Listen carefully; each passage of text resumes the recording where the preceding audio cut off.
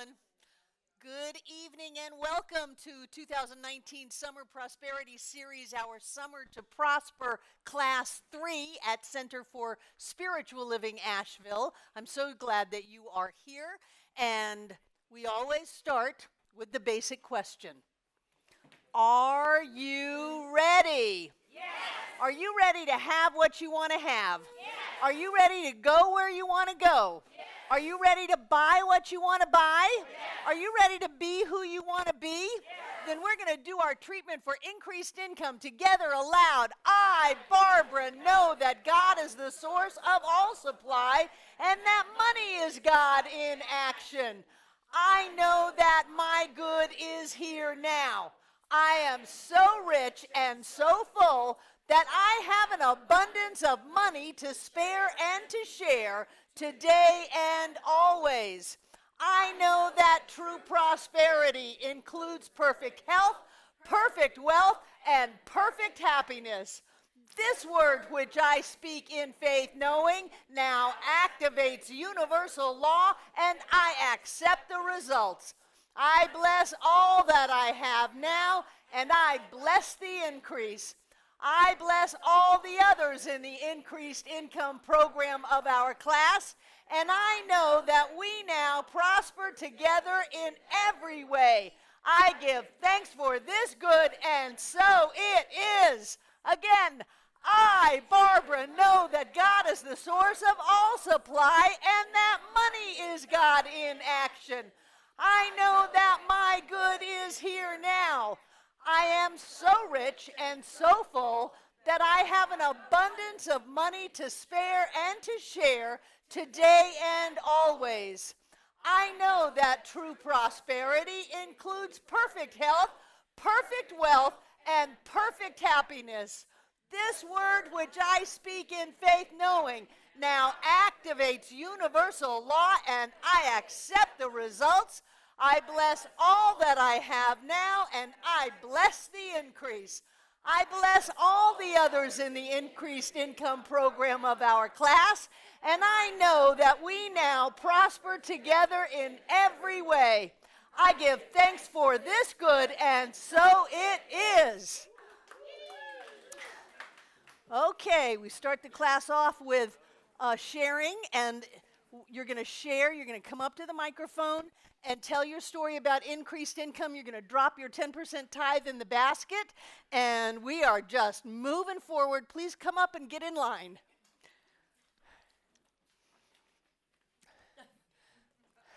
Refund of $200.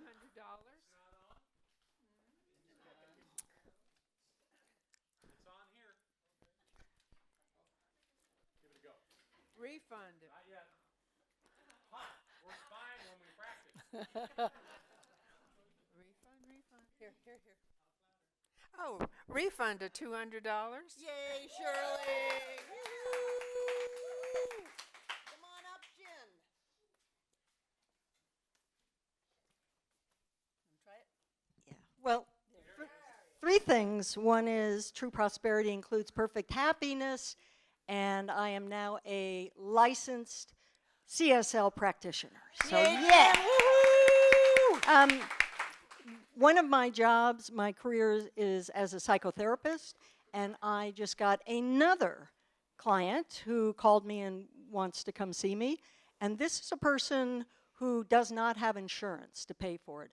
And usually when that's the case, I always offer a sliding scale, obviously.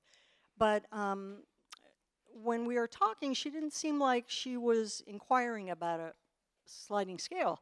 So I just told her what my full fee is, and she said, oh, that's no problem. So she's going to bring a check for a full fee. That's really nice for increased income for me. And the third thing is my other career as a certified personal fitness trainer at the YMCA of downtown. My boss called me in a couple days ago, and we had a meeting, and she said, I'm giving you a raise. And this is, I got to tell you, this is at the YMCA, so the raise is not, very much. However, I am open and grateful for everything, so it's great. Thank you. Jen, there you go. Come on up. Come on. You guys work it out. Come on. Here, I'm the mic person. If it doesn't go in the mic, it doesn't go on the video. Yeah, I usually sell at a church sale, yard sale, once a year, and I haven't done it for a couple of years, but I did this year, and normally it's around $50 or $60, but this time it was $200, $208, and it was they were bears that my sister had made and elephants. She collected elephants, and so one of the things that thrilled me, in addition to the money, was there's a little girl who came by, and he saw a little bunny, and his dad was there, or her dad was there, and he said, it's going to be $3, and you want to spend $3? You have $3? I said, no, I don't have it. So she left, and then she came back, and she was standing about right there, and she was looking at me, and I knew the thought was that, give her the bunny. And so I said, do you want this money? Do I have to pay for it? No, that's yours for free. So I gave her the bunny. It's a really cute bunny. And so she ran over to her dad, and she was jumping up and down, and then soon most everybody knew she got a free bunny. And so that's good. Yay, Thomas.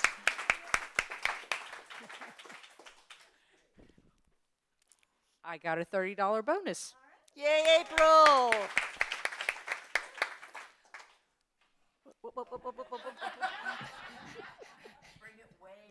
My friend gave me a dime, Yay. and I'm donating the whole thing. Yo, yay, Margot. Come on, Pegatha. I am so excited. I got the money together to be able to go and take the embellish your glass off class that I wanted to take at the John C. Campbell Folk Art School. And so I'm sorry I will not be here at the wonderful meeting on Sunday because I will be over there. getting Yay, ready for my Pegatha. class. You're always in your perfect and right place. Come on up, Crystal. I'm doing mic height. I wasn't here last Monday because I got a call to fill in for somebody for an extra shift for 8 hours, so that was really good. As well as I'm dog sitting right now, which I do frequently, and I like to send pictures to the owner. They seem to really appreciate it. So I decided to give the dog a bath, and when she was laying on the deck drying, I took a picture and sent the owner. And the owner sent me a text saying, thank you, I've put $25 in your account. Yay. And then a couple of days later, the dog got in my laundry and ate a pair of my underwear. So I took a picture of the remaining, and the owner texted me back and said, I've put $11 in your account for a new pair of knickers. So, Yay, Crystal. Come on up, Karen.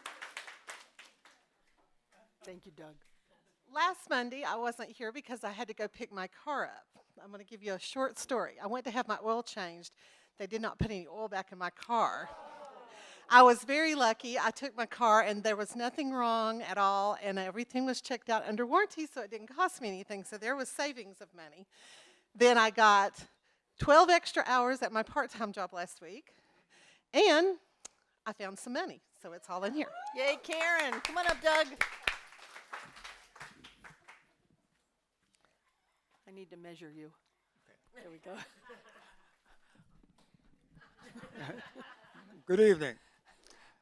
You've all probably heard the phrase, "It just came right out of the blue." Well, let me give you an example of that. My wife grew up and was raised in Mashed, Iran. She's been in the United States for 25 years and, of course, is a U.S. citizen. Her father built a large 4-story house there, each story being an apartment. The family lived in the ground floor and rented out the other 3 floors. After the father died, the relatives there continued to rent out all 4 floors. Well, unbeknownst to us, the relatives decided to dispense with a couple years of the net profits from the rental income. And just this last week, my wife's mother handed her $2,600 in $100 bills. Woo! Yay.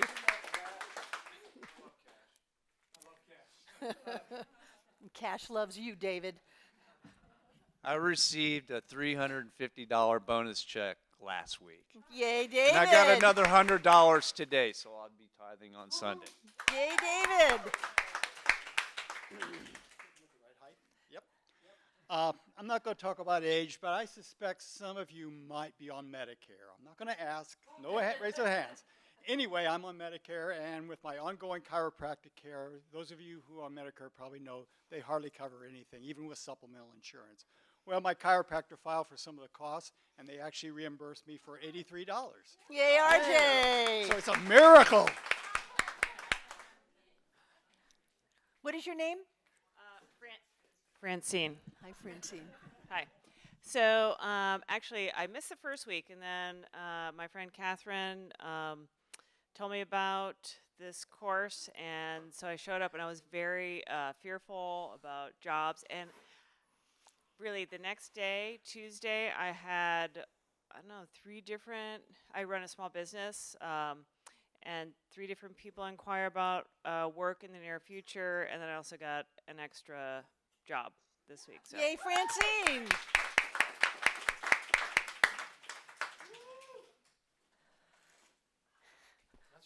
Somebody handed me a $200 check yesterday. Yay, John. Anybody else? Deb, come on up, Deb. Boy, you made it by the nick of time. I know, I just barely made it. This week I manifested $2,150. Yay, Deb. So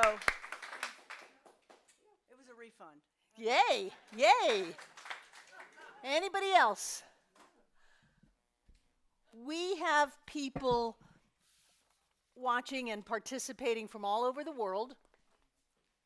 They are emailing in their put me on the list forms, and John and I are including them in all of the treatment work that we're doing for you.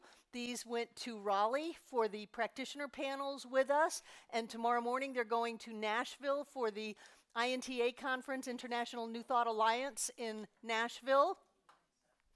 But along with the forms, we're starting, this is only week 3, we're starting to get stories and money. So I want to read you a little bit of these. This is someone who sent in $2, and she says, "Hi Barbara, a friend asked me to stop by and walk her dogs and left me $20. Anything above my expected income, 10% is being sent to CSL Asheville. I'll email my signed form to you next." She was creating money before she even got the form in.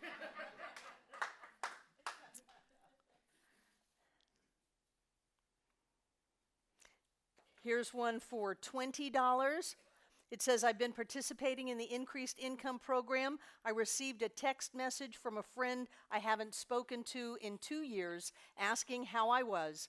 Without my asking or letting her know my financial situation, she offered to give me $200. Yay! Here's one from a woman who says she sent in $25.15.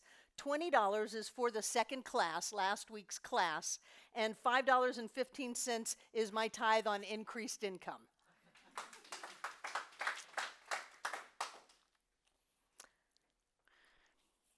These were handed to me from people in Raleigh that jump up and down in their living room and do their treatment for increased income together with us. So when we're jumping up and down, they're in their living room jumping up and down and doing this.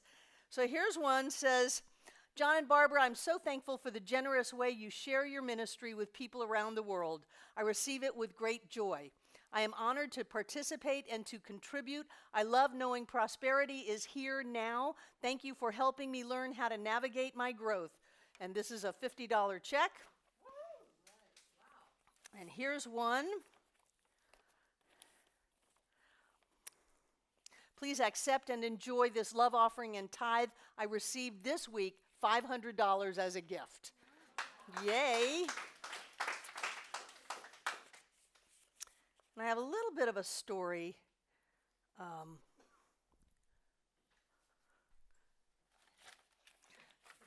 People contact me. They email through the website. We had 115,000 pages opened on our website last month. 115,000.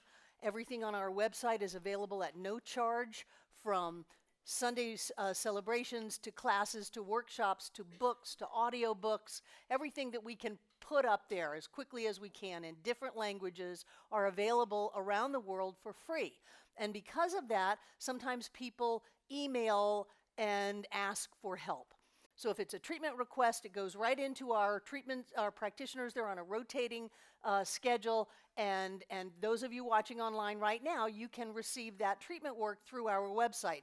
This is a woman who contacted me maybe a year ago, and she is in Australia. She was not doing well. She had been trying to find a job for a long time, and she said there was this job she really wanted, but it didn't seem to be ready. It didn't seem to be ready. It didn't seem to be ready. She had a daughter, and she didn't really know what she was going to do. Could I help her demonstrate prosperity? And I told her that there's really only one thing that I know if you're looking to demonstrate money, and that is to tithe. And she's not got a lot of money, much less extra discretionary income to be thrown into spiritual law on a song and a prayer that it's going to demonstrate money for her. But she started to do that. She started to tithe. And it wasn't long at all before she got the job of her dreams that was close by her flat and allowed her to take care of her daughter and be around for after school and those kinds of things, and to demonstrate steady, good money. Now, the interesting thing is that the way most people around the world contribute to our center is through PayPal. And she did not have a PayPal account, but her mom on a completely different part of Australia did. So they worked out a deal where the daughter would send the mother the money, and the mother would send it in PayPal to us. And so the daughter is tithing and watching videos and talking to her mother. And last week I got a donation through PayPal, but instead of saying this is for her daughter's name, it said this is from me. And I emailed her back and said, you know, are you sure that this is from you? And she said, oh yeah, I started watching your videos.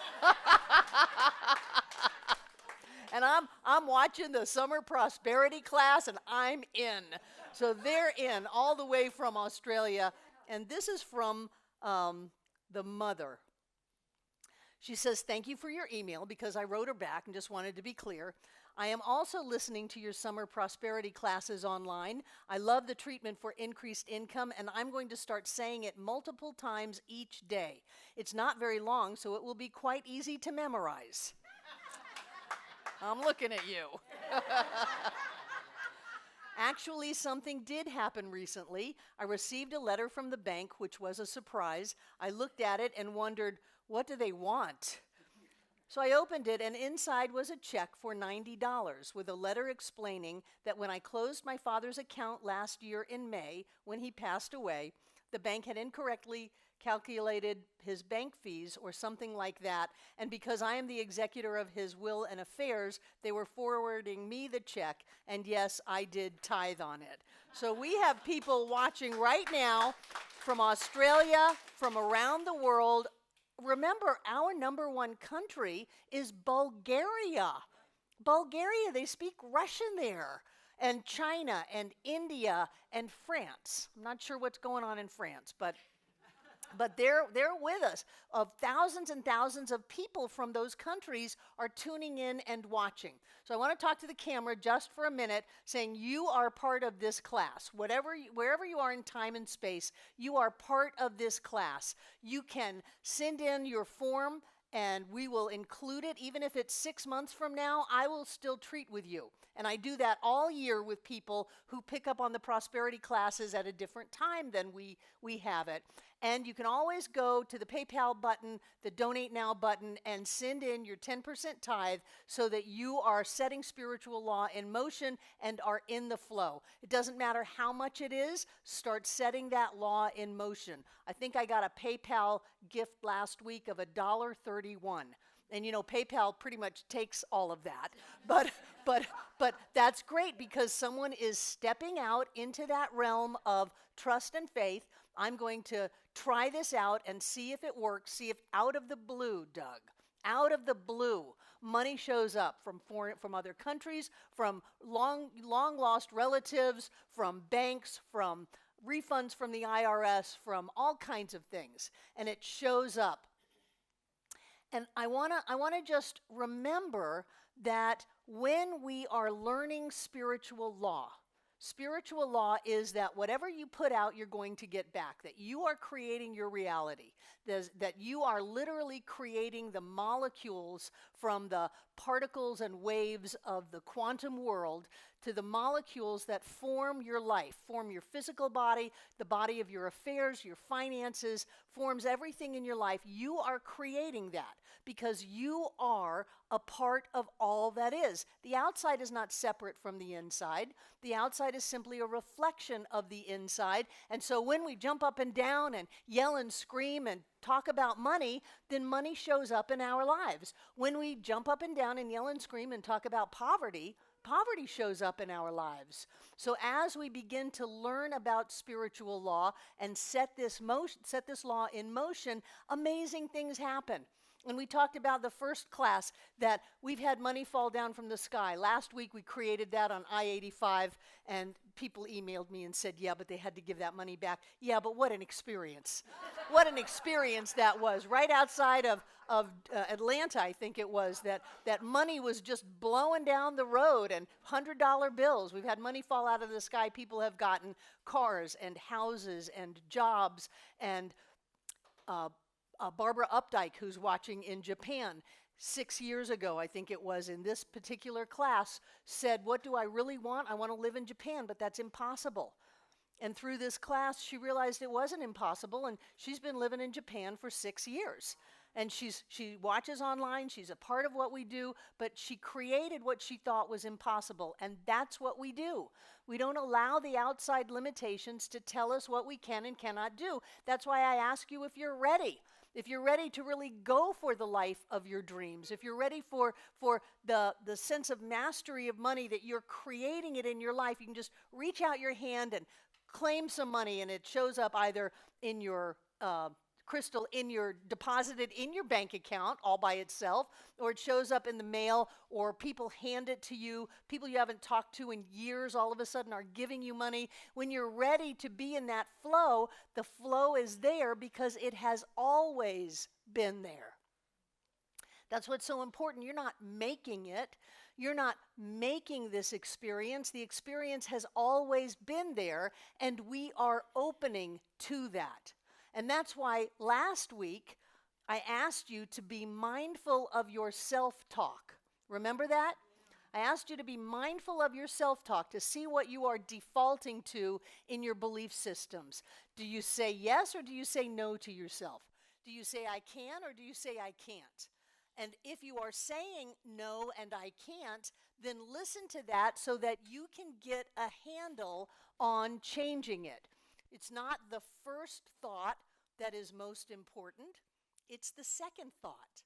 So if you listen to yourself and go, boy, I just took my dream away and stomped on it, then do I want to do that? Well, no, I don't want to do that. I want to have my dream. I want to be able to live my dream. Then what is the thought that's going to help you open to that already existing flow of prosperity and love and joy? It's already here. It's like the universe is going, Deb, take this good, take it. And we open up to it and it smacks us. And there's money everywhere, or checks everywhere, or business everywhere. And we go, wow, that came out of the blue. It didn't. It's been chasing you and your wife around, Doug, for 2 years. Been chasing you. And so finally there was an opening to it, and all of a sudden it shows up. So we become mindful of how we treat ourselves, Do we look at the menu and do we go down the prices before we look at what the food is? Well, I'm going to get the fish and chips, even though I don't like fish and chips because it's the cheapest thing on the menu. Or do we really say, I deserve to have what I want, whatever that is? I deserve to ask someone to cook something special for me. Well, I don't really want anything on your menu, but I see you have this and you have that and you have that. Could you put it together in a way that I want it? How are you treating yourself? How are you seeing yourself? How are you looking at who you are in the world? And how do you look at people of great wealth? Are they the other? When I grew up, people who had a lot of money were not spoken about favorably. There were a lot of descriptive adjectives about them that had to do with cleanliness and taking advantage of people and things like that. So how much of that do I still have going on inside of me that those people are other, but that's who I want to be? I want to be able to go out and buy a Tesla. I want to be able to go out and get on a plane in first class instead of flying Allegiant, back and forth to Fort Lauderdale.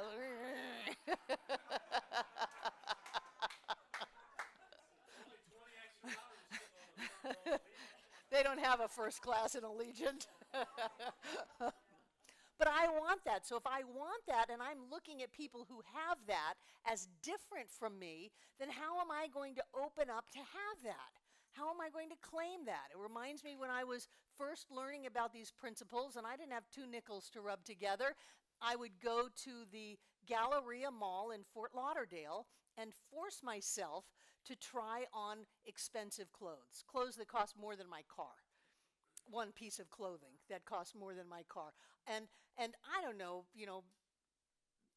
I'm sure it's fine, they're open. But I would go in there, I would walk there, and sweaty, cutoffs, tank top, and I would go in there and I would put crocheted silk ribbon clothing on and just feel it. This is what people wear. Regular people, they just came out of the store with a bag. They wear that. And I would get used to that. And I would force myself, expecting at any second them to come into the dressing room and say, "You, get out. You don't belong here. You're a terrible person for being in here." They never did, because really when people have a lot of wealth, they wear cut-off jeans and tank tops and get, on their boat and things like that. So people who deal with very, very wealthy people, they're not judging how you're looking, because you never know who's got millions and millions of dollars. But I kept expecting to be found out, to be exposed. And I had to work on that and work on that. And actually, my second husband was really good for me for that, because he liked me as arm candy. And so he liked to dress me up. He was 25 years older than I was. It was daddy stuff. You're right. But he liked to buy my clothes and to dress me. And I got used to wearing a much better class of clothing in that relationship than I had had with my first husband.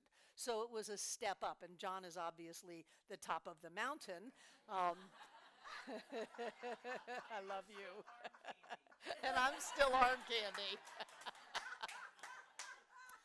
But it's, how are we looking at ourselves? How are we feeling about ourselves? What are we doing with ourselves and our money?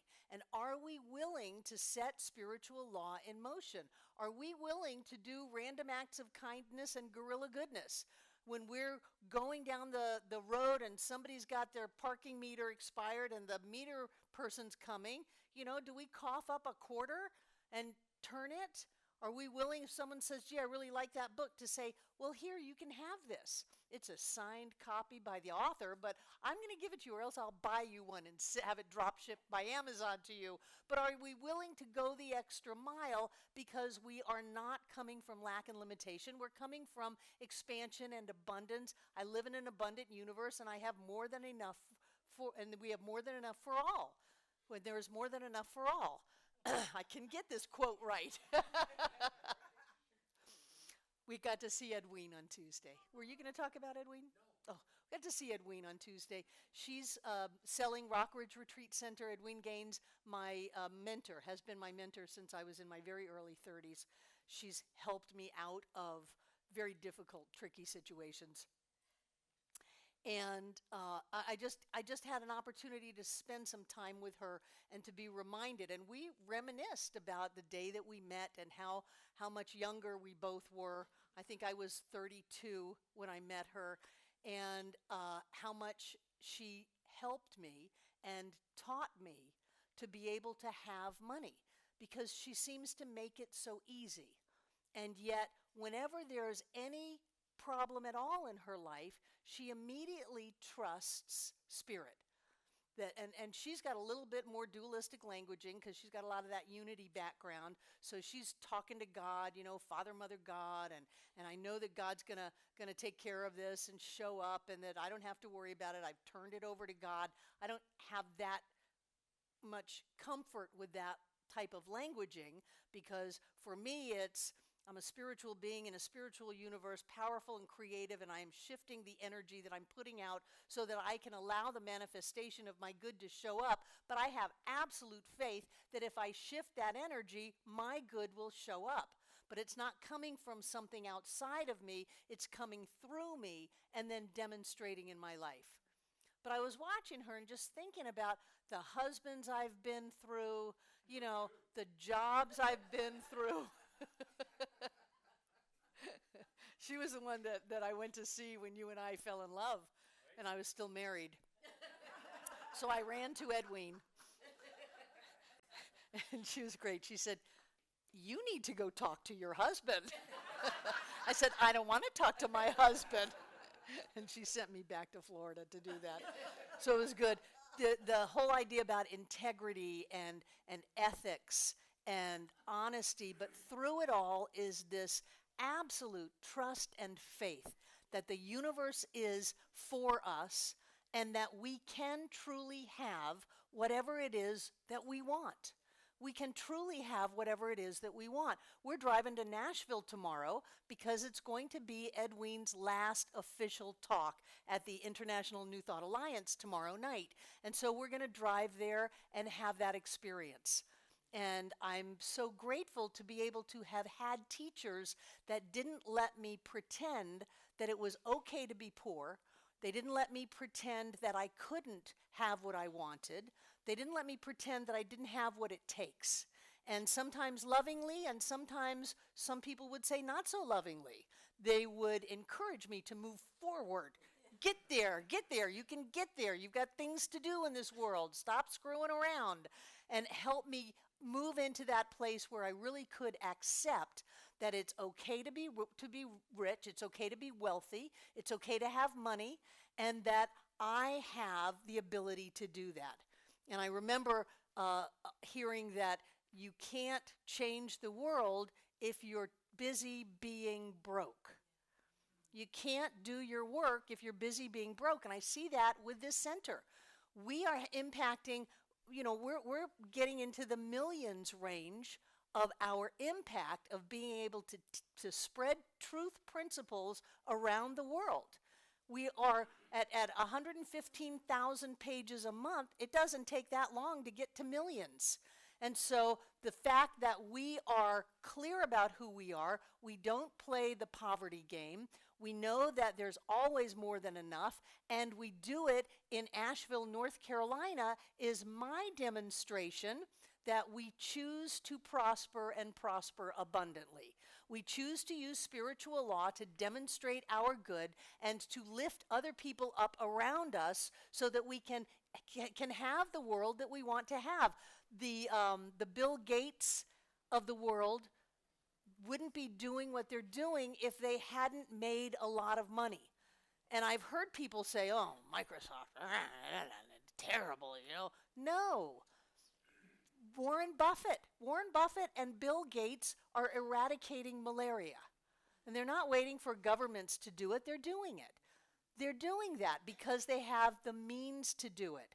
So my encouragement for you, which I attribute directly from Edwene, is that you have work to do and you can't do it if you're busy being broke.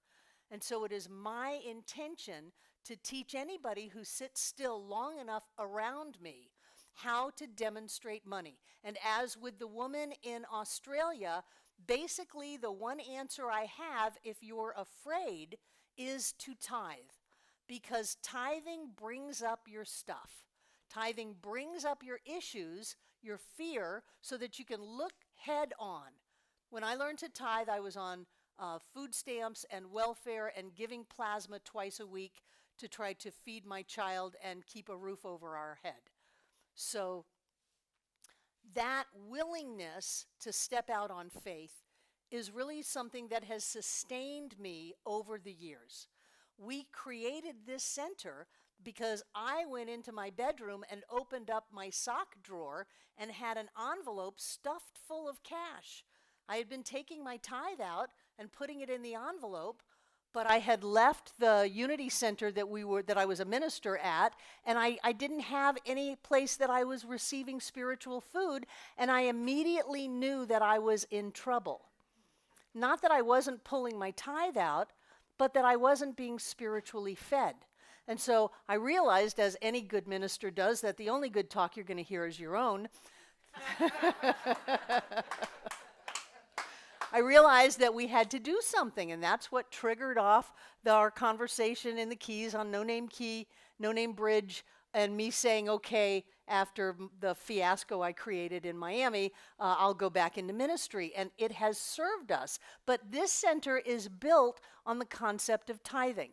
The first check we write out every week is a tithe check. That sets spiritual law in motion. And even when it was 2008 and I was standing up on stage going, you know, even if we were to lose this place, I'm going to be standing in the parking lot at 11 o'clock on Sunday morning, and I invite you to join me. We're not stopping doing what we're doing. And even through all of that, things worked out. Things show up because we are willing to practice what we believe in and to set spiritual law in motion and then to watch it appear to come out of the blue over and over and over again. So listen to your self-talk. Look at your thoughts about whether or not you deserve to have enough. Do you have old ideas? Money doesn't grow on trees. You can't tell that to the apple farmers all around here because money does grow on trees. Money is wonderful. I believe that God is the source of all supply and that money is God in action. That's to counteract all of that old religious stuff that says it's good to be poor. I have been very poor. It's not good to be poor. It's not good to be poor. And people who take vows of poverty, I'm looking at the priests in the Catholic Church who live like kings. I'm looking at other people who have many things done for them. To take a vow of poverty, I think, isn't helping the world. To learn how to create more than enough helps the world. And so we teach people to fish. We teach people to demonstrate. We teach people how to have in the world and how to use that in a positive and constructive way to create better experiences. And some people say, well, you're very egotistical over at that center. You know, you just want stuff. No, but if you don't have stuff, that's when you want stuff. You don't get over wanting stuff until you learn how to have stuff. And then you have stuff and you go, oh, I thought it was going to be better than this. I thought having stuff was going to be more pleasurable than this. It's got a certain level of pleasure, but when we're looking at having stuff as this is going to save me, this is going to fill me, this is going to make me whole, and we get the stuff, we realize that it's not saving us, it's not going to make us whole. What it does is it gives us more options on how to live. And then we can move into, okay, I don't need to be saved because I'm not lost. I'm already whole, so I need to open up to that wholeness that already exists within me, and I'm going to learn how to use funds in a positive way. You know, there are a lot of people feeding children and doing things like that, and that's all well and good, but I think what we do has cumulative effects that go far beyond a daily bowl of something. There's a thing in sociology that says if you want to raise the living class of a village, then it's the women who do it. you prosper the women, you educate the women, because women will disseminate that to children, to relatives, to neighbors, and it will lift a whole group of people up. Nothing bad about you guys, but statistically in developing countries, maybe not here, when you prosper the men, it stays right there. So what we're doing is we're putting information out to men and women all over the world. We love you all. That then is like the woman with her mother. That's all of a sudden the mother who didn't have any desire to watch these videos or do anything about this center, all of a sudden she got curious because her daughter's doing so much better, her granddaughter's doing so much better. And so what is this? And they tune in and all of a sudden, wow, I can be happy. There's no outside power that wants me to suffer and be miserable. Life isn't a pop quiz where I'm either going to burn in hell or have celestial whoopee for eternity. That's not what's going on. We are spiritual beings living in a spiritual universe governed by spiritual law, and I can create my reality and I can prove it. I'm interested. I'm interested.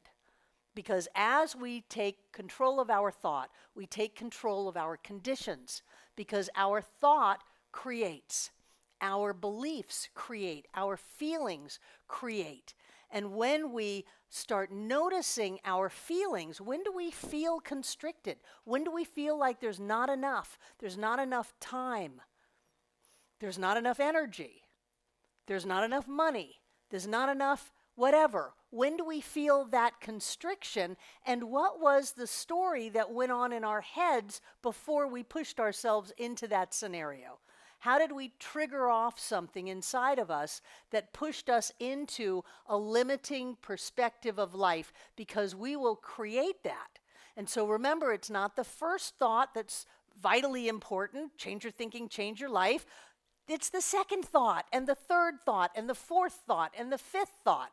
So if we find ourselves having done that, and we say, well, what happened? Oh, something scared me. You know, this thing scared me, and I felt like I didn't have control of my life anymore. I felt like I didn't have the ability, the wherewithal to have this be okay. And so I went into this old limited belief that things can be taken away from me, that the other shoe can drop. You know, all of these phrases that we have in life, that things can go awry, and I forgot that I'm the one creating my experience. I forgot that. And so I can go back into that. Now, wait a minute. Just last week, I sat in that class at Center for Spiritual Living, Asheville, and I heard Doug talk about how his wife got $2,000 from relatives in Iran, and I heard Deb Love talk about how she demonstrated $2,100, and Barbara's got letters from people all around the web. I can do that. There's no difference between them and me, and I've done it before. If you think back in your life of when things looked dicey and how they worked out, you can start stacking up arguments inside of yourself to counteract the idea that says things can fall apart, things can be taken from me, bad things can happen. And I do that. I do that. I used to have a file when the world was more paper, and I would put demonstrations in there, I would put stories in there, I would put things in there to remind me that, wait a minute, you made it through this, you made it through that, of course you're going to make it through this. You can create $1,000 out of the blue because you did your affirmation for 2 weeks, only 2 weeks, only 2 weeks. And you do that and you create stuff, and then you get a little faith and a little trust, and you do it again and you create a little more, and you get a little faith and a little trust. So I want to speak to the people who are in the class for the first time. It's Patrick and Alan. Is anybody else here for the first time? Oh, and Jack. And is that Linda? Yeah. And Linda. So this is the deal. Another one? No, Gwen is here. Elizabeth's been here. So this is the deal, and it is a game. This is our increased income program. It's the 25th year we have done this. It used to be the unexpected income program, but then people are saying, I'm expecting it, so how can it be unexpected? I think next year I'm going to call it the unexpected increase and extreme income program.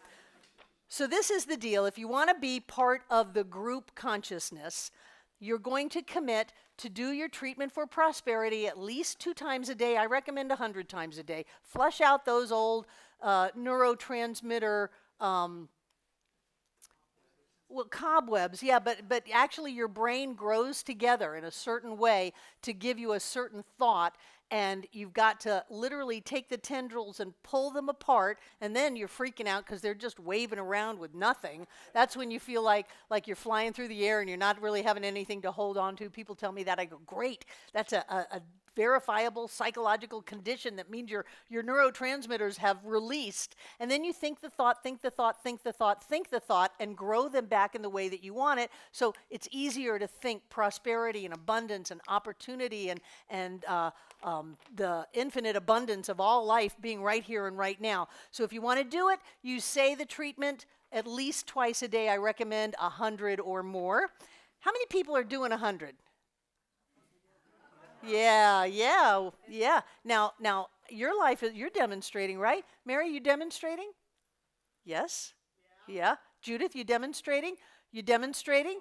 So when you do this over and over again, and you'll want to memorize this by next week, you can do it in the car, you can do it in the shower, you can do it in the bathroom, you can do it doing the dishes, you can just do it over and over and over again. If you want to be a part of this, and you don't have to take the class, but if you want to be a part of this, the agreement is that when you get increased income, you will commit to tithe 10% on the increase. And I do this to try to introduce people to the concept of tithing a little bit more slowly than just, Edwin says, if you got to swallow 2 frogs, swallow the big one first, and that's tithing. If you're gonna prosper, you got to tithe, and that's all we're going to say about it.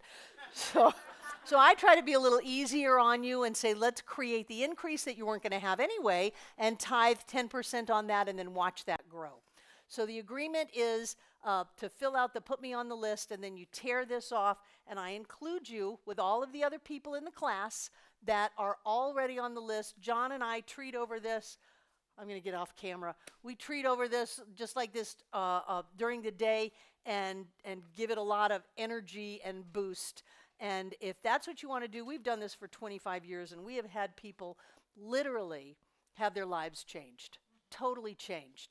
Not only with demonstrating money, because I think if you can't demonstrate money, you don't really know what you're doing. We're not here to be poor. We're not. If we're not demonstrating money, prosperity, we're demonstrating poverty. So we might as well use that power to demonstrate prosperity. And I like demonstrating something that it's not airy-fairy, it's concrete. I saw it, it's here, I hold it in my hand, I can spend it or deposit it or do whatever I want with it. I created this out of thin air. I did that. It's not random, it's not a coincidence. I did that. And the more that you can do those kinds of things, the more that you build up that faith and trust, so that if something does go boo in your life, you don't immediately trigger off into limited thoughts and fears and start sinking into the abyss. You go, no, wait a minute. I just did this 2 weeks ago. And I know that we can do this. I know that doesn't matter if the diagnosis says that, it can be changed. X-rays can be changed. Conditions can be changed. Experiences can be changed because we change them over and over and over again. So before we ran out of time, I wanted to just let you guys know what we were doing as we're jumping up and down, yelling and screaming. We are creating an energy that says, yes, we have money and we have it now. And we are not judgmental about how much money we have. Who found the dime? Margot found a dime. Margot found a dime out of thin air. She created that. Margot can create anything. Margot can create anything, and the dime is proof that you can create anything. Now, it's just our openness, whether it's a dime or whether it's $1 million, that's us. That's not the universe. The universe is chasing us down, going, here. This is for you. This is for you. And we say yes, and then there it is. So whether it's a dime or whether it's millions of dollars, it's all the same thing. We are creating our reality, we are creating our experience, and our experience manifests in time and space in physical form. Remember, back to the first class, we do not live in a solid universe. In the world of quantum, there are particles, which is the form, and then there are waves. And the particles and the waves blink back and forth in what are called nanoseconds. This reality is only here half the time. Only here half the time. And it recreates itself when everything is a wave. Now, what affects the wave? The wave is energy. Our thought affects the wave, so that reality can be here in 1 second, and the very next second, it can be completely different, which is how you can have instantaneous healings. How we can have someone go from a biopsied thyroid into surgery, and they send the thyroid to the pathologist who says, why did you take out this perfectly good thyroid? Well, just a few minutes ago it was full of cancer, and then it was healed just like that, because form blinks in and out. Our thought, our feeling, our beliefs, our intention, our energy affects how it blinks back. So whatever is going on in your life, at some level, you have orchestrated that to be the way that it is. And it can just as easily shift into something completely different. So when we get up and yell and scream and get all wild and crazy, we're generating energy and affecting the very particles in our world to manifest in alignment with that energy. We can create all kinds of things. This is our summer prosperity class, so we create money. Creating money is not limited to people in this class.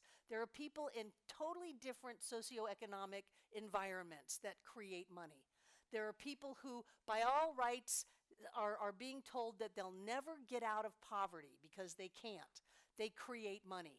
There was a man named Mohammed Yunus that we had the wherewithal to meet here in Asheville. He came to Asheville and established the Mountain Micro Enterprise Fund. He went to school in Vanderbilt. He lived in Bangladesh, and he went home to Bangladesh to use what he had learned in Vanderbilt on economics, and it didn't work. It didn't work at all. And so he met a woman outside of his office that was weaving baskets and wanted to get to know her and say, how does your life work? Because he was an economics major.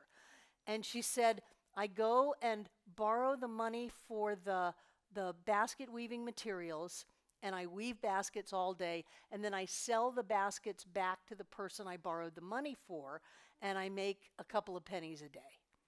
Now, she did so much more work than that, but because she didn't have the $3 to buy her own basket weaving material, she was indebted to the person who lent her the money and had to sell the baskets back.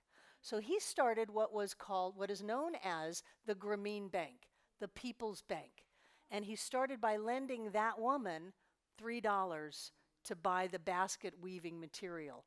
The Grameen Bank now is the richest bank in Bangladesh. It's got billions of dollars in assets, and it works. He started the idea of micro enterprise. He started that idea so that anybody can lift themselves out of poverty. Even people who are in an environment that says there is no way out have a way out. And by demonstrating your prosperity, you lift people all around the world up. We are all one.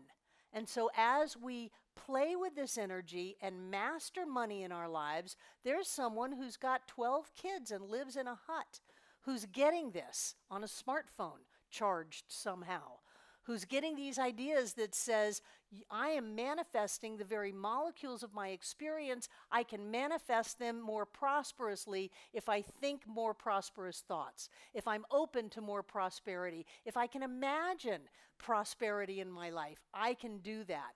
And as we change that consciousness, we change not only our lives, but we change the lives of the entire planet. I really believe that the work that we do in demonstrating money is a global work. and it raises the prosperity consciousness of everybody on this planet, or at least it offers that to everyone on this planet. So I want y'all to be really, really clear. It is your spiritual job to manifest money this week. Next week, I want the line to go all the way out the door of people coming in with, I created a dime, I created a dollar, I created $20,000, I created this, I created that. That's your job, and by doing that in really a cushy environment, you're in Asheville, North Carolina, by doing that, you're lifting the energy and lifting the consciousness. If nobody had told me that I could be wealthy, if I had not been able to hear those words, I would have been a master at being poor. I mean, look at where I was when I first bumped into this teaching. I was on welfare, I was on food stamps, and I was giving plasma twice a week. They take it out, they spin it, it's freezing cold, they put it back in. And then they take out another pint, and they spin it and chill it and put it back in. It takes hours to give plasma. You shake on the table because it's so cold.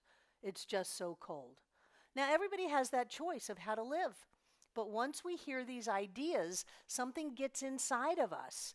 And for me, it would never let me go. I never believed that I had to be poor again. I knew that my circumstances were poor. I knew that I would walk instead of taking the bus because I didn't have money for the bus. I knew that I was eating not the kinds of foods that I wanted because that's all I had. But I never got that that was a given for the rest of my life. I also knew that I would do whatever it took to get myself out of poverty and to live the prosperous lifestyle that I knew I deserved to live. And I have. I have created a wonderful, prosperous life. I have created lots and lots of money. I had a house on the Intercoastal Waterway in Coral Gables. I've had big centers. We have a big center for Asheville, North Carolina. We're not in Los Angeles or San Diego or Atlanta. We're in Asheville, and we have a great, prosperous, thriving center. But the thing that I am most proud of, and I look at it as my true prosperity, is the 115,000 pages that were opened on our website last month, just last month. I love you guys. Let's take a break. Ready? Welcome back! Yay! I am not Barbara Waterhouse, but I married her. Didn't I do good? Yeah, absolutely. So yeah, that's far from that being the truth. But I am delighted that you all are here today. I'm delighted that everyone is watching. And now what I'm going to do is go sit on my stool. Not so much because I'm lazy, but because this is the 3rd week anniversary of my spine surgery. Hey, and I'm up and at it, but sitting on a stool is cushy. Maybe I am a little lazy, but they say that lazy people create ways to make life better for all of us. So whatever works, whatever works. So we are in our 3rd class, and if you haven't heard this about Barbara and I, Barbara is of course referred to as the rock star of this center, and I'm referred to the professor. So whatever that means, whatever that does, what we've been doing in the second half of the class is kind of looking at some principles that we can apply to our lives. And really the first half of this class has been about unlearning. Yet I want to say something before I go into unlearning about something Barbara brought up in her talk, and that was about Dr. Muhammad Yunus. Dr. Muhammad Yunus, not to correct, but just to clarify, did not start Mountain Microenterprise. He came to kind of bless it and see what we were doing here. But he did create the Grameen Bank in Bangladesh and change the entire economics of one of the poorest countries in the world, and was the recipient of the Nobel Peace Prize. And I call him my dear friend because in my office I have a picture of the two of us. Many years ago when he came to town, and I bought his lunch, and he wanted to buy my lunch, and I said absolutely not. I want to be able to say that I bought lunch of a Nobel laureate.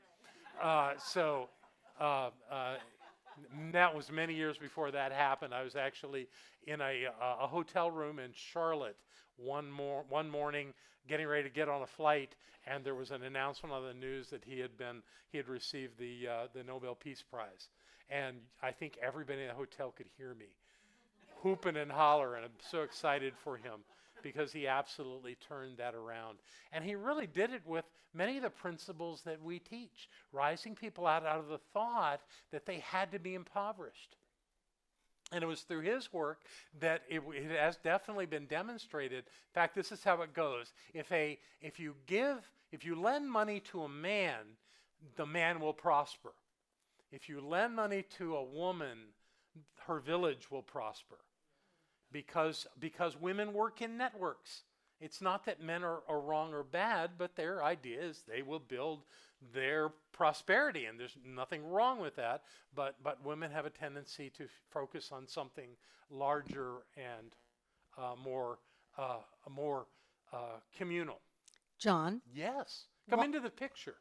There you are. Why did he win the Peace Prize for starting a bank? Because he changed the world. So what is the relationship between prosperity and peace? You can't separate them. He won the Peace Prize because poor countries go to war. Countries that prosper don't go to war. So they gave him the Peace Prize, not the prize for economics. He didn't get the economics He prize. got the Peace Prize because he changed the poorest country, the poorest of the poor, from being poor to being prosperous. And that works for peace. Yes, because you can't separate peace and prosperity. There you go. All right. Feel free to jump into the screen anytime. Anytime.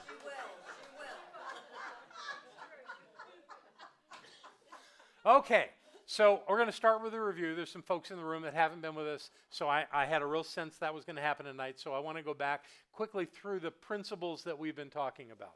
And we start with that prosperity principle 1, and what it says is your prosperity will grow only to the extent that you will grow. I've been sitting with this for the last couple of weeks. And as I said a few minutes ago, what we were going to do in the first half of this class as I'm creating it is unlearn the things that haven't worked for us. And we're going to do a lot of talking about that in the next few minutes. But what I've got with this one is that it says that prosperity will grow only to the extent that you will grow. So I've changed it a little bit. I've changed it to this. Your prosperity will grow only to the extent that you will let go. You will let go of the things that no longer serve you, the ideas that you've collected since you were born about how life works. And it's just logical that any child would observe what's going on in their family unit and think that that's the way the world works. You know, a lot of kids don't know they're poor until they go to school and they see kids that are rich. They think that what they have is normal. And if they live in an impoverished community where everybody's poor, they think that's just the way life is. You know, so it's like you accept what you see. Children are wide open. I mean, not that children don't have opinions by a long shot. I know that children have opinions. But what they observe, they tend to accept to a great degree. Okay, so the idea of letting go of those old ideas that your parents or your teachers or your friends or your babysitters or whoever when you were young put into your mind by you observing what they said or what they did, it may be time to review some of that stuff because a lot of that stuff isn't working. And it's worth reviewing. And the stories that I hear again and again are about people that learned how to make money, but they never learned how to be prosperous. They're really different things. A lot of people know how to make money. I was an example of that in my 20s and 30s. I made a lot of money, but I wasn't prosperous. I was hanging on by a thread. I went out and bought a nice car and lived in a nice house in a nice neighborhood, but I struggled with it to keep it up. even though I was running a company that I created that was selling millions of dollars worth of product, and yet I couldn't find a way to make my life work, my investments, my what I did with the money that I got. I wasn't handling it. I didn't know how to do that. So I was going by what I had learned as a child and living at that standard, even though I was making, I don't know, 100 times more money than my dad ever made, but yet I was living at a subsistence level. You got to have the whole picture. So there's things to let go of, and that's why I've changed that first principle. The second principle that we looked at was, if you want to change the outcomes in your life, you must first change yourself. That is fundamental. All of the work that we're talking about in the part of the class that I'm doing, and I agree, and with Barbara as well, is that you must change what's going on inside of your thinking, inside of your consciousness, if you want to see an outside change. You cannot try to change it on the outside. And you'll remember that we used this model where we talked about how these three elements exist in any form of creation. This is the model. It goes by different names, but for the purpose of this class, we're using seed, soil, and plant, meaning that you start with a seed. And the seed has extraordinary potential, but it has to be planted. Well, then obviously hydroponics might argue that, but it has to germinate. Let's say it that way. It has to germinate for it to turn into the plant, and it needs certain things to germinate. It has to have water. It has to have light. It has to have the nourishment, because the nourishment, the seed itself will nourish itself to a point. But then it requires that soil, and the soil is the medium that actually allows it to come forward. But the soil does not change the elemental principles or the elemental products of the seed. The soil cannot change an apple seed into a peach seed. Can't do it. It's impossible. The seed determines what is coming forth. So in this model, the seed is the idea that comes from our thinking, and the soil is what nourishes it, and it's what brings it to a place or gives it the environment so that it can come forward and be the plant. And then the plant, of course, can create flowers, which in turn create seeds, which in turn create more of similar ideas. So that goes back to the seed, saying that the great potential is at the point of the seed. The massive potential, not just to create a plant, but to create an endless number of other seeds. So in our lives, every time we have a thought, we have the potential to create that. But looking at this idea of unlearning the things that we've had in our lives, we've planted a lot of seeds that have really turned into weeds. And we've done that because we have observed those around us plant similar seeds and bring forth weeds. And the definition of a weed is a plant that is in a place where it is not welcome. Like a rose bush is a weed in a cornfield. So it's not about certain kinds of plants being the weeds. Any plant can be a weed in the wrong environment. But the idea here is that we're looking at is that we're creating ideas. We're constantly creating ideas. And out of that, we're making choices. And out of that, we're getting results into our lives. And when we like those results, that's fine. But too often, we don't like the results. And we have things in our lives that aren't working. And we have to evaluate that and see what we want to do. And that's what we're going to talk about for the next few minutes. So that's seed, soil, and plant as our purpose. Now we went to the third principle we've been talking about. We spent a good bit of time on this last week, saying that 99% of everything we experience is the result of our personal perceptions. The remaining 1% is circumstances to which we must adapt and adjust. And I made the argument that the only thing I could figure out that really is absolutely in the 1% is when somebody makes their transition, when somebody dies and leaves this world. We don't have any choice over that. Unless we murdered them, but that doesn't often happen. What? So getting that off the table. The point is that when things happen in our lives and we go, oh, I don't want that in my life. This is terrible. This is just horrible. We cannot look to the 1% for that. It's in the 99%. We created it. We did something to create that. Oh, I didn't create it when that person treated me that way. Well, didn't you create a relationship with that person? Is this really the first time you've seen them act out that way? Probably not. Probably you've seen it again and again. This one just got to you, and you want to make them wrong for it. But we set it up by having the relationship, by allowing it to exist, and receiving the fruits of that. And that's just one tiny example. I could go on and on about what's in the 99% because it's virtually everything. It's virtually everything in our lives. Anyone that failed at business, and this isn't a blaming, it's just a reality. They failed because of the actions that they took. I own an oil field equipment business in Houston, Texas. It was very prosperous as a company. We had 38 employees. We were up to, I don't know, was it around $6 million in sales when it came tumbling down? And it really came tumbling down because of my relationship with one particular company.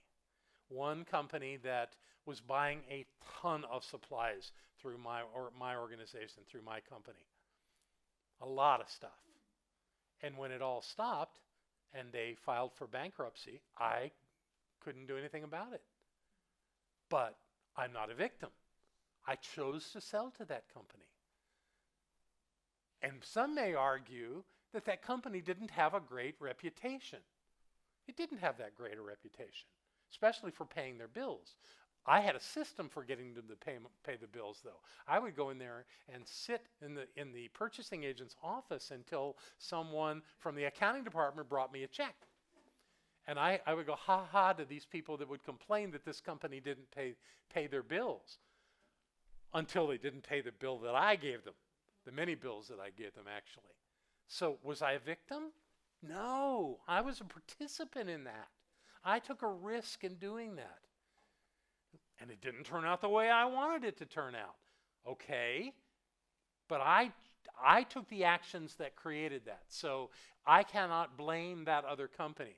And as I think I mentioned when we talked about this before, when one of my colleagues who had much experience, more than me, in business, running businesses, he said, would you like to take your company and recreate it to do other things? Because you've got these employees and you've got all this equipment and you do certain things, you want to do something else with it. And without even thinking, I looked at him and said, no. And it wasn't really because of the company that had done that. It was that this wasn't my calling in life. This wasn't fulfilling me. It was creating a lot of money that I was wasting, but it wasn't thrilling me. I wanted to do something else. And so I ran away from home. I did. I went all the way to Australia, where it took me all of 3 days to find my first real spiritual teacher. Wasn't looking for a spiritual teacher, but some guy stopped me on the streets of Sydney and said, want to come to a lecture?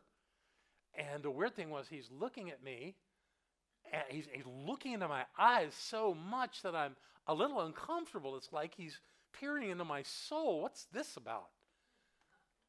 And then I went to the lecture and ended up in the middle of the thing, demonstrating with this man I'd never met this exercise about love. I was hooked. I wanted to know everything this man knew. So I spent the next year learning everything he had to say. And you might say, how could you possibly hear everything he had to say? Well, interestingly, right before I left, he gave a lecture. His name was Ken Dyer, and I was just always enthralled, and I was in the room every time he spoke, and I was enthralled with everything, and I soaked it up like a sponge. And I became a member of the staff there, and I worked with other people, and it was just exhilarating for me to be there. And this particular lecture, after I'd been there just about a year, I'd heard this lecture before. So I went to one of my colleagues and I said, I remember Ken giving this lecture. And this guy had been around for years. And he said, yeah, he's got about a year's worth of lectures. And he starts over. Within a couple of weeks, I had to leave. So did I get it all or what? You know? It was perfect. And one thing I learned from him is never think that you're a victim. You're always right exactly where you need to be. And for a time, I had to deal with the fact that I thought I'd left all my problems behind in the U.S. But frankly, I hadn't, because I was still there. So I had to work out this idea that I wasn't the problem and that I could create whatever life I chose to create. And he was a really good teacher about that. So when I came back to the United States and borrowed my mother's car, she was at work all day, so I just used her car during the day and picked her up and took her home. I managed to drive by that center in Miami and went in, and a woman comes out from the back, and I said, "What's Science of Mind?" Because that's what the old dilapidated sign out there said. I hadn't even noticed the beautiful, pretty sign that said Center for Positive Living. I saw Science of Mind and go, "What's that?" And I went in and I asked this woman, "What is it?" And I don't know. I don't know what she said, but she invited me to come, and so I did. And you know the seat that I sit in our sanctuary on the front row? That's the seat I sat in that sanctuary. That was my seat for the next 5 years. And of course, the woman that came out from the back was Barbara. So I've learned that I live in that 99% world. It's my world. I create it. You know, and when on occasion that 1% comes up, and if I think of anything else that I think is in the 1%, I promise to let you know. But right now, I can't think of a thing. I remember when my mom passed over in St. Joe's Hospital and how it shifted my life. I didn't sob or cry, but it was just surreal to be in the world with her not being in the world. And all I could do with that is adapt. All I could do is adjust my life to her not being there. That's what I did. Everything else that's going on in my life is my creation, whether I like it or not. But the beauty of seeing the difference is the stuff I don't like, I can change it. Absolutely, because life is malleable. Nothing about life is solid. As Barbara was explaining, the particle and the wave and that constant shifting back and forth can instantly change what we're experiencing.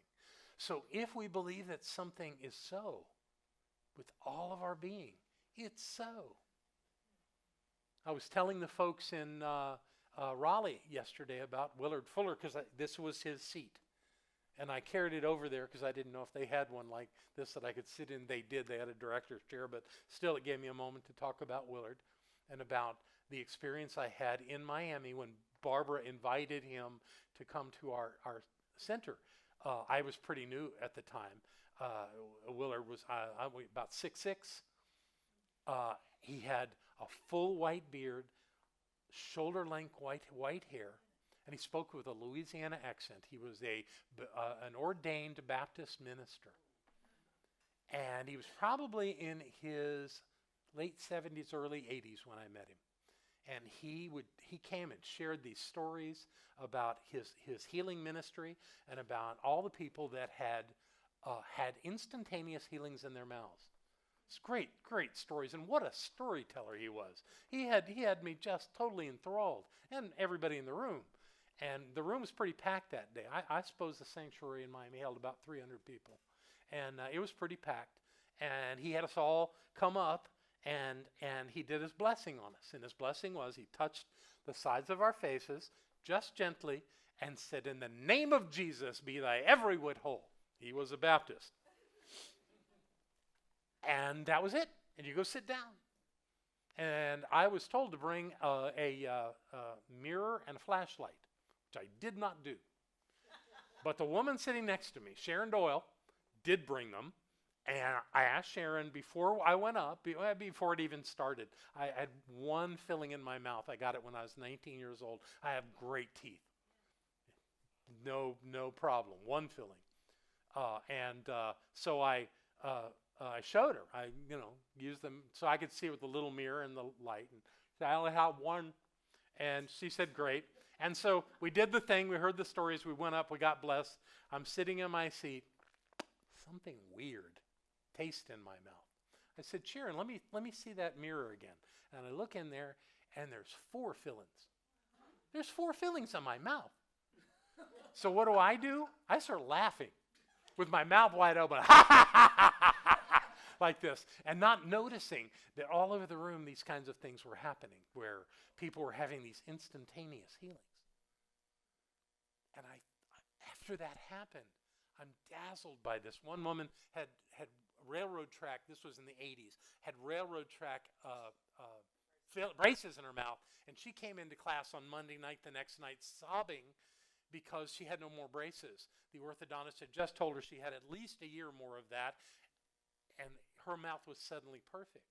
There was a kid in the room, a 12-year-old, that had a ton of fillings in his mouth. When they looked in his mouth, his teeth were perfect. They didn't have a single filling. Did I get 3 of his? I don't know. But you got to wonder, how is this even possible? And what some people have said about Willard's work was that people are just being hypnotized by him and they're making up all this stuff. I don't think so. There was too many cool things that happened that were just beyond that. So what is it? Some kind of angels coming in here and doing voodoo on us? What was it? How did it work? And then I finally figured it out because, I'm indicting Tony. Barbara's husband, all of his fillings turned from amalgam silver to gold.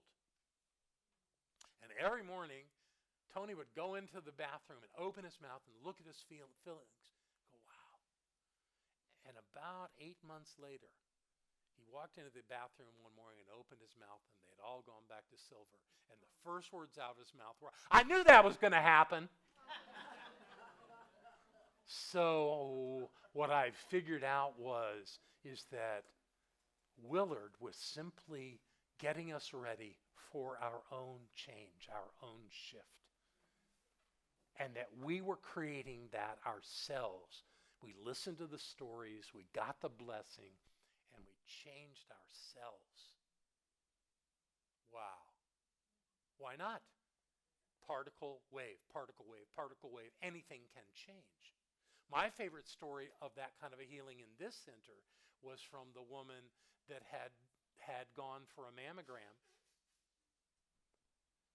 She felt the lumps that were in her breast, but her doctor was going off on an event and saw her mammogram results, but couldn't get a hold of her.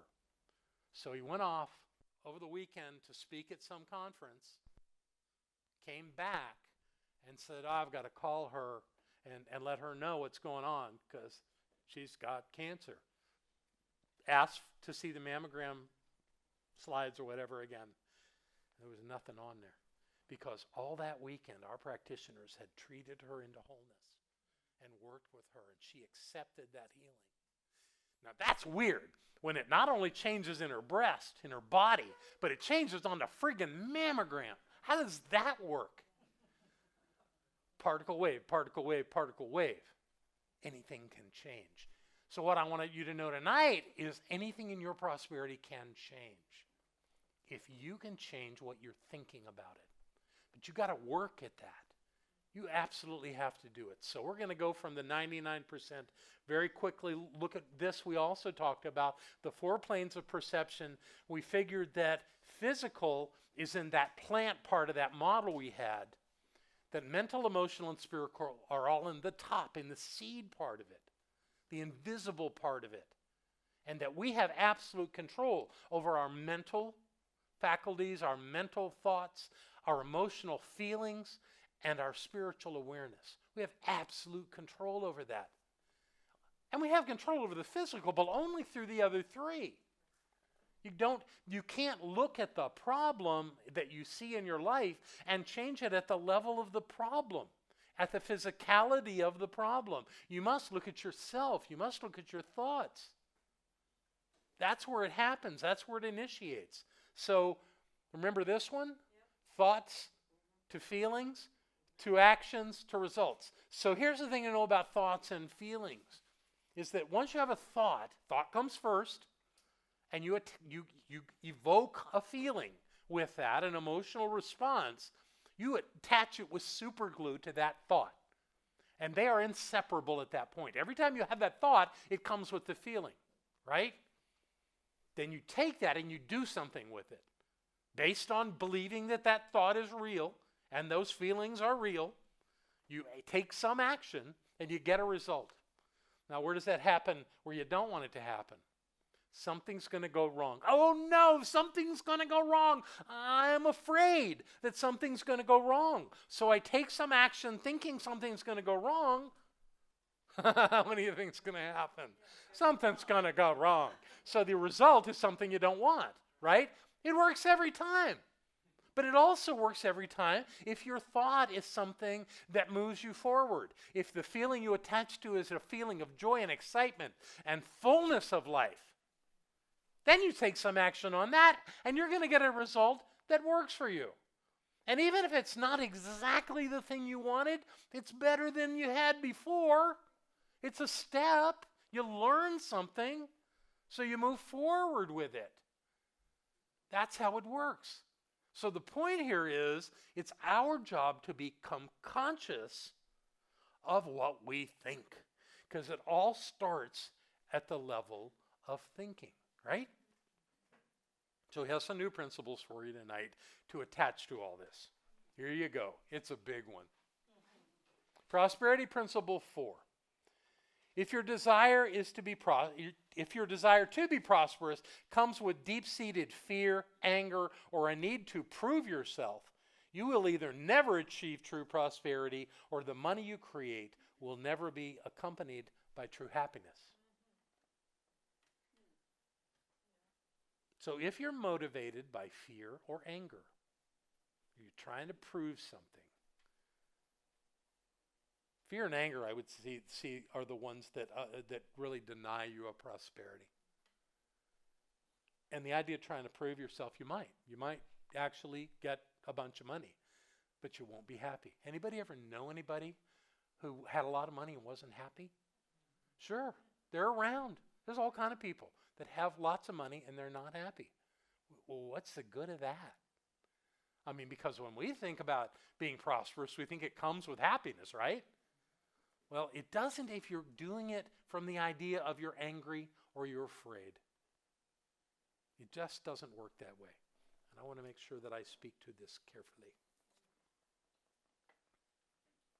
How many of you would say that your motivation for being prosperous is based in fear? Raise your hand if you think that. Okay. How many of you have a motivation to be prosperous? Make sure I say it right. Your motivation to be prosperous is based in having security. Got a few hands? Okay. Yeah, I have some news for you. That if your point is to be secure, it's based in fear. Because anyone who is seeking security is facing the idea of not being secure, which is a fear-based idea. So I want to invite you tonight to let go of the idea that it's all about security. It's all about abundance. It's all about living in the flow. It's all about that dynamic action of what I call spirit that actually moves us into something greater. When we use that as our motivation, believing in ourselves, seeing that we have a gift for the world, and each one of you do, whether you know it or not. You have some gift you bring to the world like nobody else can. And when you apply yourself to that, joyously, lovingly, you don't have to be secure. You can know it's okay. I find something fascinating with Edwene Gaines, who keeps coming up tonight in a good way. One of the things she told us was, she used to travel all over the world speaking mostly in spiritual communities like this. She shared with us that she actually worked with a group of cyber experts out in California, but that was a rarity. Mostly she goes to spiritual communities and she shares her basic teaching is tithing And she's been doing this for 40 years. And she's made a good life at that. And her thought was, well, you know, when I set all this down and retire, what's going to happen? Well, she's kind of done that. She's kind of retired now. Actually, she gave this center all of her inventory of all of her prosperity products. So we're working on our distribution plan for that. You all may be included somewhat in that at some point. But what she shared with us is that all she's doing now is talking with spiritual leaders on the phone and coaching them. That's all she's doing. And she sets up appointments, and they call her, and then they send her a gift, a tithe or a donation, whatever you want to call it. And she says she's making more money now than when she was traveling. That's a consciousness of prosperity. Edwene doesn't think about being secure. She has a gift to give the world, and she gives it every single day. So, you know, she's our model. She's the one that knows how to do that. But she's not different than the rest of us that way.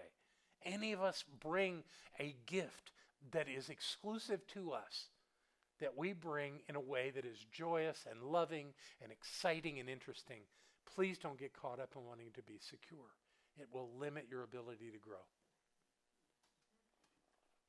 I think that's what I want to say about that. Prosperity principle number 5. The only way to change your level of prosperity is to permanently reset your internal rules about money. And don't tell me you don't have rules, because everybody got rules. First of all, I want to talk about where your rules come from. They come from the people that were in your life mostly when you were young. Most of what they taught you, you don't actually remember per se. But it has been what looks like indelibly burnt into your consciousness. Not so. But you've used it when it came up. The way if I asked you all what you believe, not a one of you could tell me everything you believe. But if I set up a certain scenario, you would know exactly what you believed about that. So you have to be actually a belief has to be evoked out of your subjective mind into your conscious mind based on the circumstances before you. But you've got them, and they've always been around. They've been around since you were young. You were impressionable when you were young, and things happened. So you either in your life have embraced things that your parents believed, or you're absolutely against the things your parents believed, which sounds like a solution, but maybe not. But let's think about some of the things that you may have observed. Now, some of it is things they said to you, and they very clearly told you what they thought about money. Every parent does. And a lot of it's pretty ugly. Barbara referred to it when she was talking about the rich people, because they're dirty rich. Chances are they're probably clean people, but their money is dirty. So they're dirty rich people, and things of that sort. But then there's the internal stuff in the family. There's the stuff that you hear when your parents argue. There's things that happen. For example, some parents argue about money. The kids hear it, and then at some point there's a divorce. You know, arguing about money is the biggest thing that couples do. But what if your parents get divorced? And what do you presume from that about money, if that's what they always argued about? Maybe that money leads to arguing, leads to unhappiness, leads to disaster. Maybe that's the way it's seen. Maybe it's that one of your parents lost their job and the family had to cut back. Maybe the family had to move. Maybe there was the house, the family home was lost. All of that stuff leaves a scar. I mean, there was a whole generation that went through a thing called the Great Depression, which everybody was touched by. And it took 2 generations to kind of grow out of that before that prosperity could really show up again in our culture. And it has, and it does, and we're in one of those great times right now. You know, we're living in that first world environment where we have great opportunities. we still have to use them. Great opportunities is great potential, which one of my colleagues once said that if someone tells you got great potential, what they're saying is you haven't done anything. So great opportunity is lovely until you do something with it. Doesn't mean much until then. Perhaps it was that you didn't have a lot when you were a kid and you got teased by schoolmates for the clothes you were wearing, or you got called stupid or poor or something like that. That leaves scars on your soul. You got to grow out of that. You got to learn. You got to unlearn those things. And do you walk around saying those things? Of course not. But you may be living according to those ideas. So what you must do is you must unlearn them. And that's where we're going tonight. This unlearning of those things that you don't even remember happened, that you're not consciously holding on to, but they're still there. They're still in your psyche. They're still limiting what you can do in your life. And this is your chance to turn them around. That's where we're going tonight. Perhaps you lived in a family that didn't take a lot of vacations, that really was kind of miserly with the money, there was some fear around not having enough, which led to some of those arguments. Any of that stuff leaves its mark. And that's the kind of stuff we want to move beyond. I also want to talk just briefly on the idea of relationships and how this works. And I know some of you are partnered in this room, and some of you, there's only one member of a partnership here. And many of you may have already done this, but really what I want to invite you to do with your partner, if you have a partner that you live with, whether you're actually married or not, if there's a person in your life like that, is to actually schedule some time where you sit down and talk about your history of how you deal with money and what's your deep, really their rules in your consciousness about money and what their rules are, what their important things, what their history is, so that you can have that open conversation. Because what happens is that you have a reality and they have a reality, and what you want to create is a common reality that works for both of you, which eases a lot of pressure on a relationship. And what we're talking about tonight, of course, is money and being prosperous and working together, because that's the focus tonight. But you can do this on any topic. You can do this in any part of your relationship. But if you're in a relationship, I really encourage you to do that, to actually come to a place of having similar ideas around that. Barbara and I have worked on that together, and it's been beautiful. One of the rules that we have, because Barbara has more conscious oversight of the finances of the center, and I have conscious oversight of our personal finances. And one of the things that happens is having cash. And although, most places you can use a piece of plastic to get what you want, but there are places where cash really is important. So Barbara and I have a deal, is that she carries a $100 bill in the back of her wallet, and she has whatever other cash she has. And if there's ever a moment that she goes and uses that $100 bill, she tells me, and I replace it immediately, so that she always has that $100 bill. And that makes me feel good. It makes her feel good. And we have a system. So there's always money in her wallet. And that's the way I want our relationship to be, is that she never has to want for anything. God knows she puts the energy and effort into creating the money, and she should have, and yes, she could go to an ATM at any time. She has that card. But this is a system where I get to support her, and it makes me feel really good. Not that it's my money, it's our money. But to play that kind of game, she's going for the mic. Here we go. Nope? Okay, all right, I know, we're getting close. Okay, so do I have another one? Yes, I do. We're going to go hit one more here. One more. Each thought you have is either an investment or an expense. Isn't it? Many times, I have said something not so pleasant, And Barbara would look at me and go, how many hundreds of dollars did that cost you? And it may not be attached to an actual transaction at all. But the idea is, if you follow this idea, what you're thinking is investing in where you're going, or it's taking something away from it. It's impossible to be at one point all the time. We are either moving forward or we're moving backward. We have so many thoughts during the day. How many of them are really getting us where we want to go, and how many of them aren't? So we have homework. Let's see here. Do you need runners? Yeah, I do. Runners? Here you go, Deb. You go that way. Let me get one here. And everybody get one of these. So let's quickly go through this and see what you got.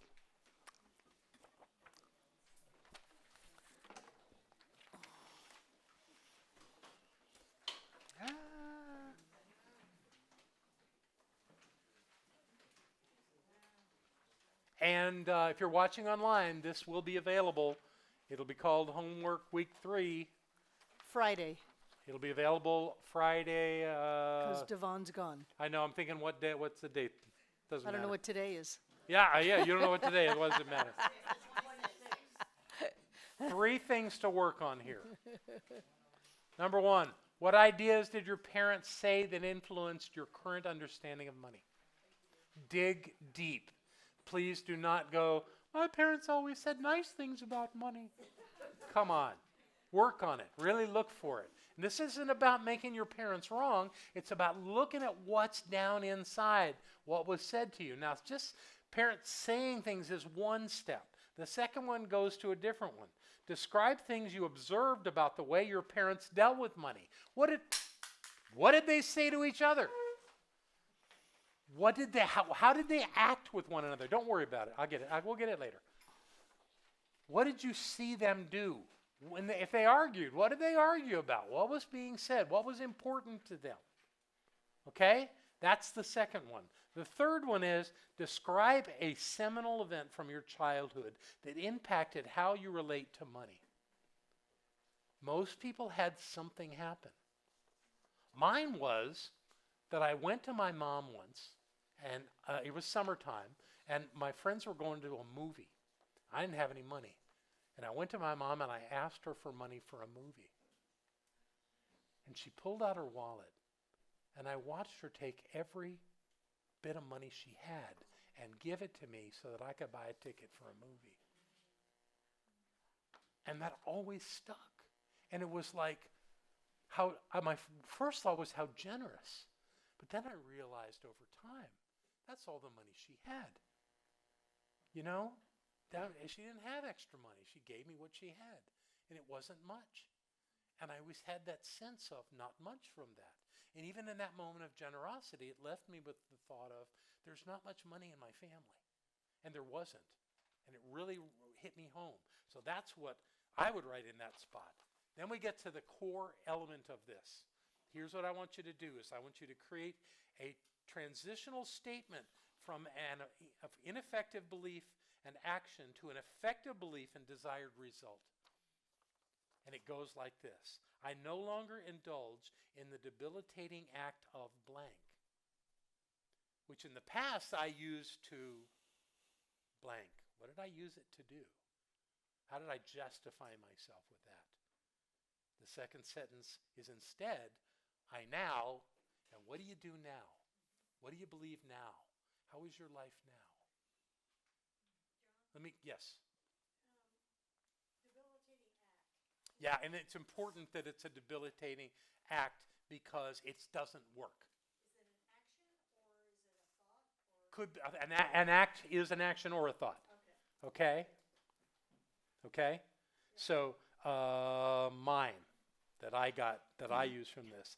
I no longer indulge in the debilitating act of self-judgment, which in the past I used to keep myself small. Instead now, I know who I am. I understand how important my work in the world is, and I live up to it. That's the kind of thing I want you to find here. Something that brings you to the place of who you are, so that finding the money in your life, it becomes so secondary because you are so on purpose to be who you are. You've cleaned up that basement of stuff that has been there holding you back all these years, and you can move forward with who you are. So that's your little bitty homework assignment for the week. How do you feel about that? Work? What's that? You can do it as often as you want. If you want to refine it and do it over and over again, keep doing it. That's fine. However you want to do it as a process. But really work on making that statement, and don't limit it to this paper. Write the whole thing out somewhere and own it. Own it. Put it somewhere where you have to see it. Memorize it and make it work for you. Once again, we're over time. I'm going to turn it back to Barbara. Thank Yay! you, John. God, I love you guys. Thank you. You're right. There are previous homework sheets up here if you want duplicates, or if you want the last 2 weeks worth of homework handouts. I'm still on. I have another thought, and it's about what Barbara's about to do. Who learned something tonight? Okay. You can't keep what you learned if you don't flow. That's part of what we do here, is we have this dynamic flow. I gave you what I had tonight. Your turn. Thank you, John. Thank you. Oh, gee, so much to let go of, so much to embrace. Are you ready? Are you ready to have your life change? Are you ready to have money fall out of the sky? Are you ready to have so much money that you have to hire people to handle it for you? Then we're going to do our treatment for increased income together aloud. I, Barbara, know that God is the source of all supply, and that money is God in action. I know that my good is here now. I am so rich and so full that I have an abundance of money to spare and to share today and always. I know that true prosperity includes perfect health, perfect wealth, and perfect happiness. This word which I speak in faith knowing now activates universal law, and I accept the results. I bless all that I have now, and I bless the increase. I bless all the others in the increased income program of our class, and I know that we now prosper together in every way. I give thanks for this good, and so it is. Again, I, Barbara, know that God is the source of all supply, and that money is God in action. I know that my good is here now. I am so rich and so full that I have an abundance of money to spare and to share today and always. I know that true prosperity includes perfect health, perfect wealth, and perfect happiness. This word which I speak in faith knowing now activates universal law, and I accept the results. I bless all that I have now, and I bless the increase. I bless all the others in the increased income program of our class, and I know that we now prosper together in every way. I give thanks for this good, and so it is. Have a wonderful week. I love you guys. Thank you, Steve. Thank you. Hi, I'm Barbara Waterhouse. And I'm John Waterhouse. Thank you for watching this message today. Through our website, cslasheville.org, we have over 1,000 messages, classes, and New Thought books, all to download at no charge to anyone. Producing this incredibly valuable collection of ideas is really making a difference in the world. It's changing lives everywhere. Please go to our website, cslasheville.org, and click the Donate button. You can support this life-changing ministry, and when you do, we'll send you a note of thanks and also put you on our daily prayers. By doing this, you're helping to raise the consciousness of people across the entire globe. We're changing lives together, those lives that are being more prosperous, more healthy, and more joyous. Thank you for being a part of this important work and supporting what we do here at CSL Asheville. Thank you.